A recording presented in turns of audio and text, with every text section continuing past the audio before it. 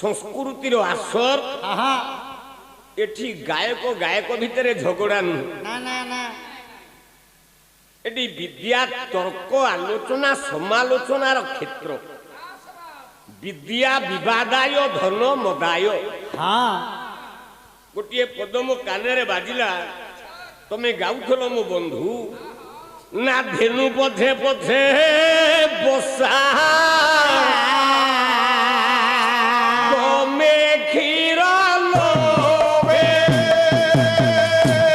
धेनु पथे पथे बसा गमे क्षीर लोभे बोध भावरे तू ही खाऊ से ही भावे भाऊ से ही भावे एका तो भगत जीवन एका तो भगत जीवन भगत निमंते तोर संघ चिन्ह संघ चिन्ह एका तो भगत जीवन एका तो भगत जीवन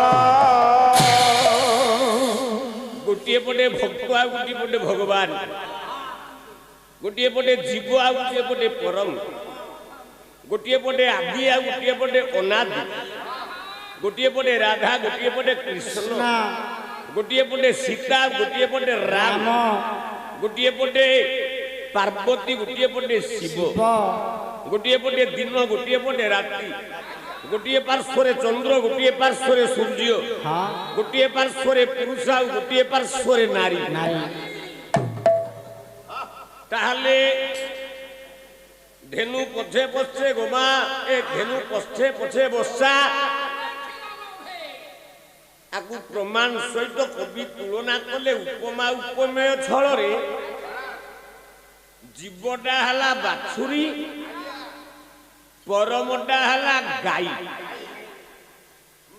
तेणु ए गाईर पछे पछे गाई जुआड़े बाछुरी सियाड़े आपण माने गाँ गहली रे देखिथिबे गाई बाछुरी चरुछंती जेतेबेले आपनको गुहाल को नै कि जिबे पघाटा का बेकरे देबे बाछुरी बेकरे दियंती पघागी तमो गाँ रे तमो गाँ को गोटे भारी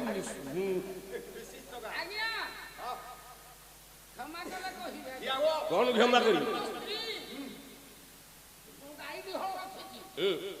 से भितर मध्य जोड़िया बाछुरी अछंती आ गाई पाखरे कदापि हेले गाई बेकर पघाला कुनी नहीं नहीं बाछुरी की तुंडी भिड़ी किरी गोटे जागा रे अलगा अलगा बांधुथंती मोस्त्री काहे की क्षीर दुहे की खाइबा भाई क्षीर दुही की खाइबा पे तुंडी बांधु आउ मु तो दे पचारिची जेते बेले बाहरे तो गाई चरुची घास हां हां सेती की बेले संध्या समय तू जेते बेले गाई की गुहाल को न अच्छा पघाटा का बेकरे पड़ी नहीं गाई की टाणी की गाई की बांधी ना हो गाई की बांधी गाई की ना गाईटी जो दिग को जो आड़े निर्णय करिवो बाछुरीटा ता पछे पछे जीव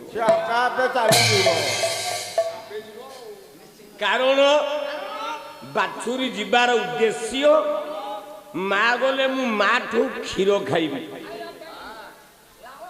भक्त आज्ञा भगवान पछे पछे गोड़ाए कहीं ना भाव रूपी क्षीर खाइबा पाई दौड़े जीव रे पाई दौड़े जीव रे पाई दौड़े जीव भावर डोरी रे बंधन होई छंदी माधव रे मो बंधुर प्रकृष्ट प्रमाण तुम दिल गोटे पिला को पचारिबा भाव क्या कहतु अरे पुआ भाव काहा को कहू वैकुंठ भाई की वैकुंठ भाई की भाव बोली कहंती ଭାଇ ଭତ୍ତା ତାର ଦିଟା ପୁଅ ମେଲଟାରେ ଦିଟା ଯାକ ଯାଇଛନ୍ତି ଗୋଟିଏ ଝିଅ ସିଏ ମଧ୍ୟ ମାଷ୍ଟରଟାକୁ ବିବାହ ହେଇଛି ମୁଁ ସେଇ ଭାବ କଥା କହୁଛି। ହଁ ବୈକୁଣ୍ଠ ଭାଇ ଭାବ ଆରେ ବାହା ଟିଣ ବାଳିଆ ପାଳିଆ ମୂର୍ଖ ଇଏ କଥାବାର୍ତ୍ତା କଲା। ମୁଁ ସେ ଭାବ କଥା କହୁଛି। ପ୍ରକୃତରେ ଭାବ କିଏ? ଭାବ କାହାକୁ କହିବା? ଆଉ ଗୋଟିଏ ଶ୍ଲୋକ ଉଦ୍ଧାର କରୁଛି ରାମଚରିତ ମାନସରେ। ଶ୍ରୀରାମଚରିତ ମାନସରେ ତୁଳସୀଦାସ ମହାରାଜ ପ୍ରଥମ ଶ୍ଲୋକଟି ଆରମ୍ଭ କଲେ। ଆମେ ଭାବ କାହାକୁ କହିବା? ଭବାନୀ ଶଙ୍କର ବନ୍ଦେ ଶ୍ରଦ୍ଧା ରୂପିଏ ଶ୍ରଦ୍ଧା ବିଶ୍ୱାସ ରୂପିଣ ଜାଭ୍ୟା ଦିନାନ ପଶ୍ୟନ୍ତି ତାବତମ ପରମେଶ୍ୱର।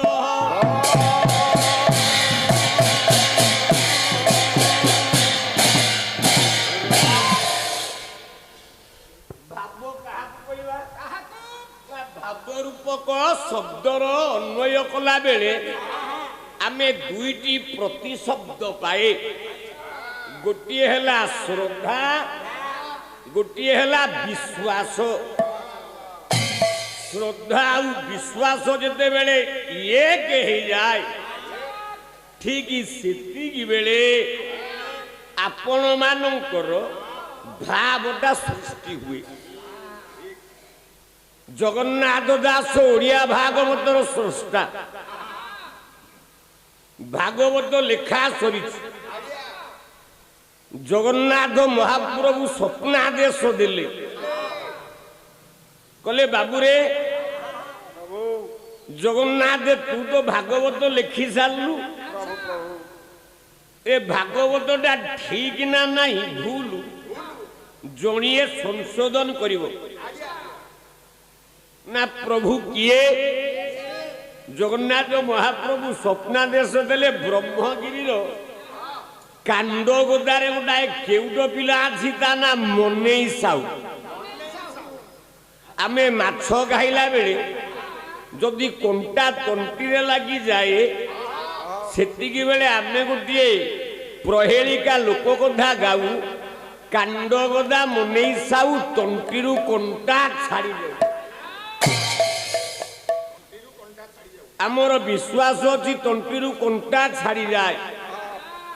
ଜଗନ୍ନାଥ ଦାସ ଭାଗବତ ପେଡ଼ିକି ଧରି ମନେଇ ସାହୁ ଘରେ ପହଞ୍ଚିଛନ୍ତି। ଆଇଁଷ ଗନ୍ଧ ଦୁର୍ଗନ୍ଧ ହଉଛି।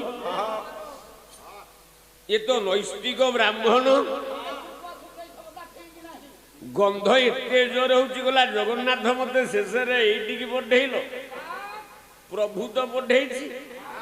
ଜଗନ୍ନାଥ ଦାସ ନାକରେ ହାତ ଦେଇ ଦେଇ ଘର ଭିତରକୁ ଗଲାବେଳେ ଡାକିଲେ, ମନେଇ ସାହୁ ଘରେ ଅଛ? ସ୍ତ୍ରୀଙ୍କ କାନରେ ବାଜିଲା। ପଳେଇ ଆସିଲେ ଭାର୍ଯ୍ୟା ସତ୍ୟାବତୀ। ଉତ୍ତର ଦେଲେ, ସ୍ୱାମୀ ଯାଇଛନ୍ତି ବିଲ ଆଡେ, ଆପଣ ଟିକିଏ ଅପେକ୍ଷା କରନ୍ତୁ। ର ମୁଁ ୟା ଘରେ ଚାହା ପିଇବି। ନାଇଁ ମୋର କିଛି ଦରକାର ନାହିଁ, ତମେ ଚୁପକିନି ବସ। କହିଲା ଚା ଟିକେ ତ ରୂପା ଦିଏ କରି କାହାକୁ ଚା ଟିକେ ଦେଇ ତୋରେ ମୁଁ ତୋର ଅର୍ଣ୍ଣ ଦରକାର ପରା ଥଣ୍ଡା। ଆରେ ତୋ ଘରକୁ 8 ଥର ଗଲିଣି, ପାଣି ଗ୍ଲାସେ ମତେ ଦେଲୁଣି, କାହିଁ ପାଟି କରୁଛୁ? କହିଲା ପାନ 2 ଖଣ୍ଡ ଆଣିଦେବି, କହ ମୋ ପୁଅର ସ୍ନେହ ବଳି। ମୁଁ ରାଗୁଆ ହେଇଥିଲି। ଆସନ ଉପରେ ବସି ପଡ଼ିଲେ ଆପଣ ମାନଙ୍କର ଜଗନ୍ନାଥ ଦାସ। କିଛି ସମୟ ଯାଇଛି, ମନେଇ ସାହୁଙ୍କ ଦେହ କାଦୁଅ ସରସର, ଗଣ୍ଠିରେ କୁଜି ଗାଇଆ କଙ୍କଡା ମେଞ୍ଚାଟିଏ ଧରିକି ଆସୁଛନ୍ତି। ଯେତେବେଳେ ଜଗନ୍ନାଥ ଦାସଙ୍କୁ ଦେଖିଦେଲେ କହିଲେ, ଗୋସାଇ ଏଠି ମୁଣ୍ଡିଆ ମାରୁଛି ନା? ହଁ। ତମେ ମହାଭାବୁକ ଅଛ ମନେଇ ସାହୁ, ତମ ଦେହରେ ଭାବ ଜାଗ୍ରତ ହେଲା, ପ୍ରଣାମ କଲ ଯେ ମୁଁ ଭାଗବତ ଟିକେ ଲେଖିଛି, ମୋ ଭାଗବତ ଟିକେ ସଂଶୋଧନ କରିଦିଅନ୍ତନି? ନା ଟିକେ ରହନ୍ତୁ ଆଜ୍ଞା, ମୁଁ ତ କେଉଟିଆ ଲୋକ, ମୂର୍ଖ ଲୋକ, ଏ ବିଷୟରେ ମୋର ପରନ୍ତୁ ଏତକ ଜ୍ଞାନ ନାହିଁ। ତଥାପି ସ୍ୱଳ୍ପ ବୁଦ୍ଧିରେ ଯେତିକି ଜ୍ଞାନ ଅର୍ଜନ କରିଛି ଏ କଥା ପଛରେ ଆପଣ ମୋର ଅତିଥି।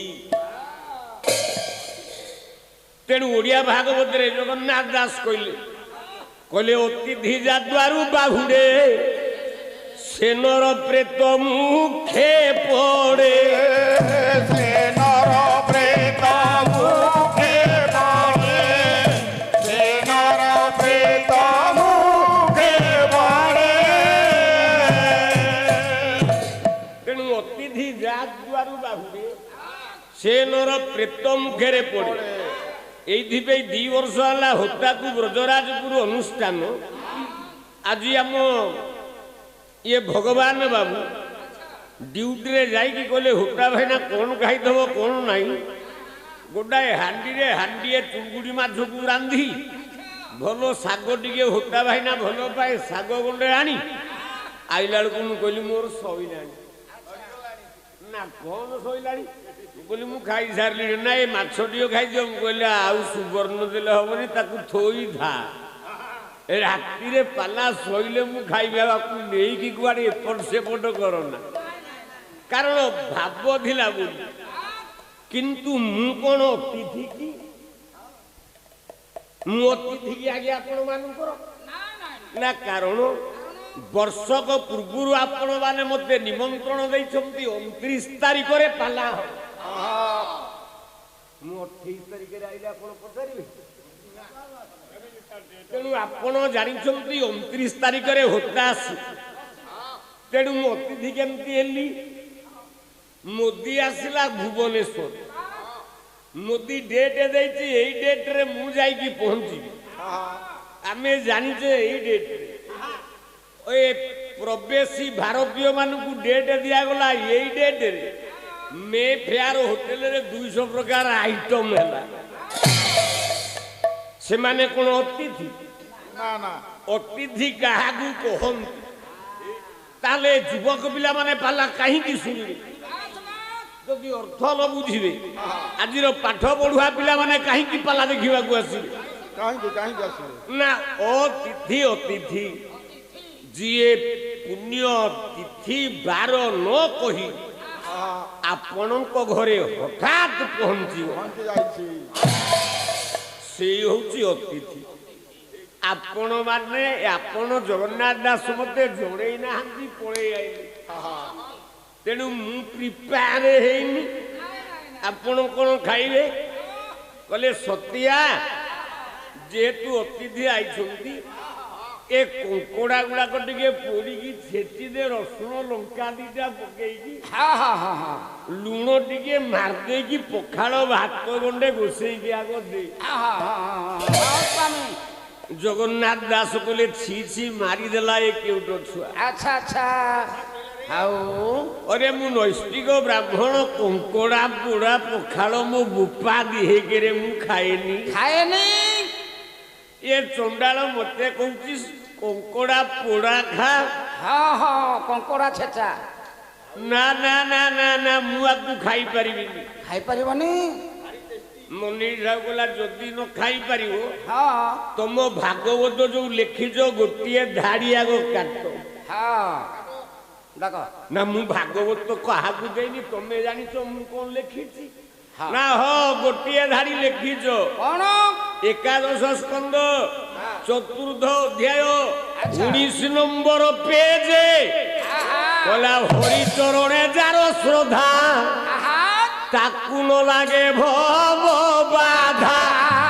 ତାକୁ ନ ଲାଗେ ଭବ ବାଧା, ତାକୁ ନ ଲାଗେ ଭବ ବାଧା। କହିଲା ଅନାଥ ନାଥ ଭାବଗ୍ରାହୀ ଘୋର ସଙ୍କଟୁ করে ত্রাহি। ঘোর সংকট করে ত্রাহি, ঘোর সংকট করে ত্রাহি।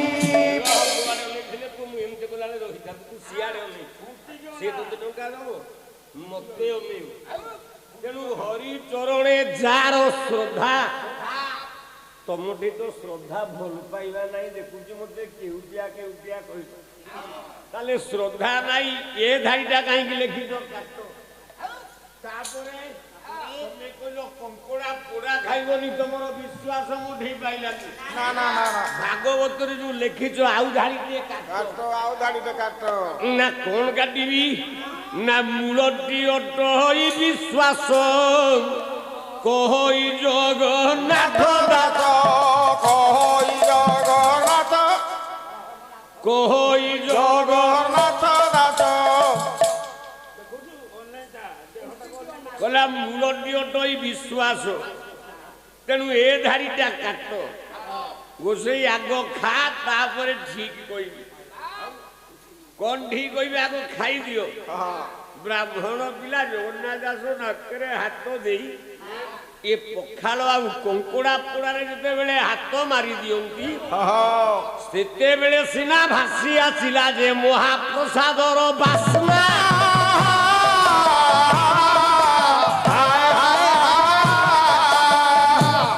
ବିଶ୍ୱାସ ଅଟେ ଜଗନ୍ନାଥ ଏହି କାରବାର ଶିରା।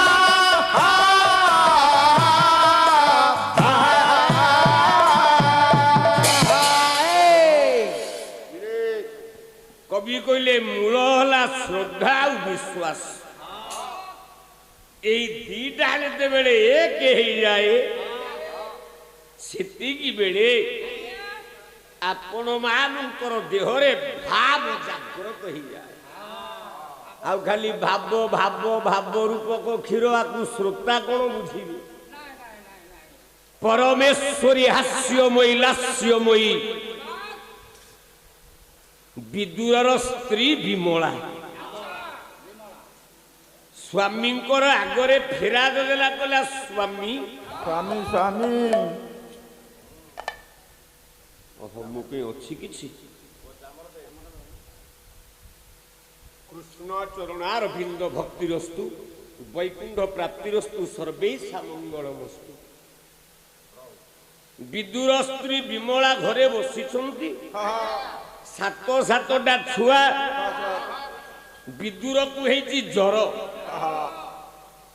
7 ଦିନ ହେଲା ଘରେ ଛୁଆ ଗୁଡାକ ଉପାସ ଝଡି ବର୍ଷା ହଉଛି। ଅନାହାରେ ରହକ ବିକଳ ହେଉଛନ୍ତି। ସେଦିନ ପଡିଛି ଏକାଦଶୀ ବ୍ରତ। ଭଗବାନଙ୍କୁ ଅନ୍ନଦାନ କରିବା ଭକ୍ତର କର୍ତ୍ତବ୍ୟ। କର୍ତ୍ତବ୍ୟ। ବିମଳା କହିଲା ସ୍ୱାମୀ ଆଜି ଏକାଦଶୀ କଣ ହବ? ଜ୍ୱରରେ କମ୍ପି କମ୍ପି ବିଦୁର ଆଜ୍ଞା ଥାଳଟାକୁ ଧରି ଝୁଲାଟାକୁ ଧରି ଚାଲିଲା କଲା ଯାଉଛି ତୁ ଅପେକ୍ଷା କର ଭିକ ମାଗି ଆସିବି। ଭିକ୍ଷା କରି ଆସିବା ପରେ ତମେ ଅନ୍ନକୁ ରାନ୍ଧିବ ଯାହା ମୋ ଭାଗ୍ୟରେ ଥବ। ଜଗନ୍ନାଥଙ୍କର ରତ୍ନ ସିଂହାସନ କମ୍ପି ଉଠିଲା। ବିଚାର କଲେ ଜଗନ୍ନାଥ ମହାପ୍ରଭୁ ପ୍ରଭୁ ବିଚାର କଲେ କହିଲା ଭକତ ଭଗବାନ ଦୁଇ ଏଥିରେ ଭିର୍ନା ଭିର୍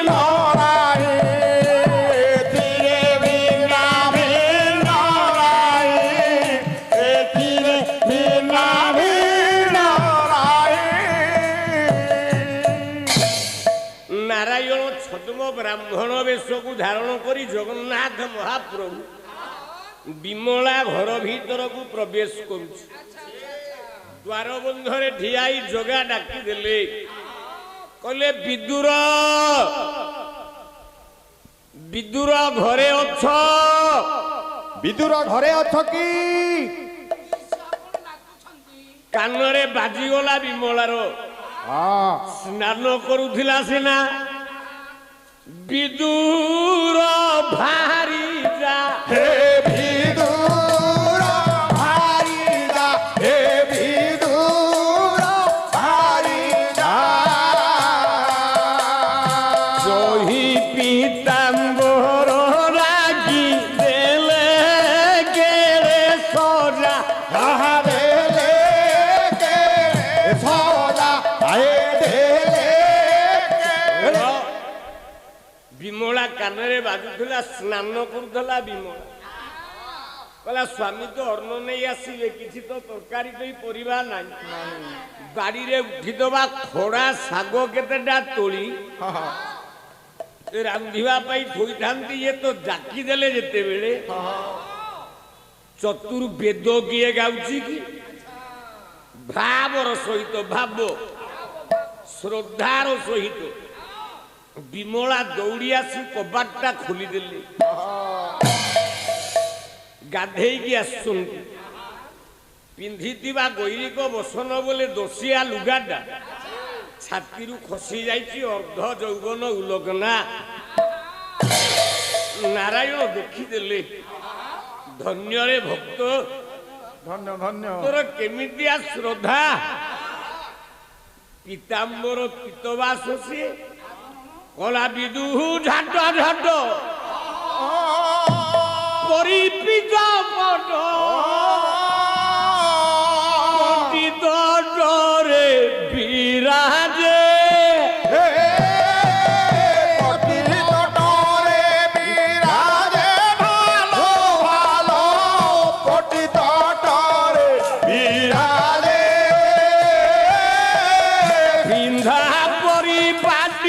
কবি কোটি কোটি হেলে বরলি দগি হে যে গো ঘেন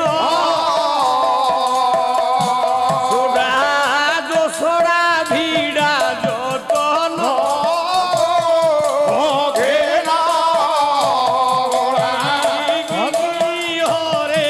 জীবন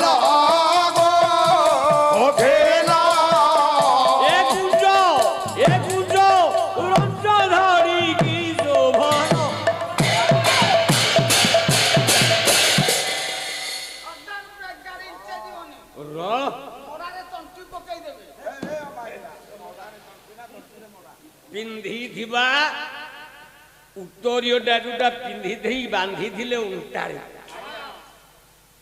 ହଳଦିଆ ବସନଟାକୁ କାଢି ବିମଳାଙ୍କର ବକ୍ଷ ଦେଶକୁ ଢାଙ୍କି ଦେଲେ ଭଗବାନ। କହିଲେ ଆସନ୍ତୁ ଆପଣଙ୍କ ପରିଚୟଟା କଣ? ନା ଅଜ୍ଞାନ୍ତ କୁଳଶୀଳ ବାସନ ଦେୟ ଅଜ୍ଞାନ୍ତ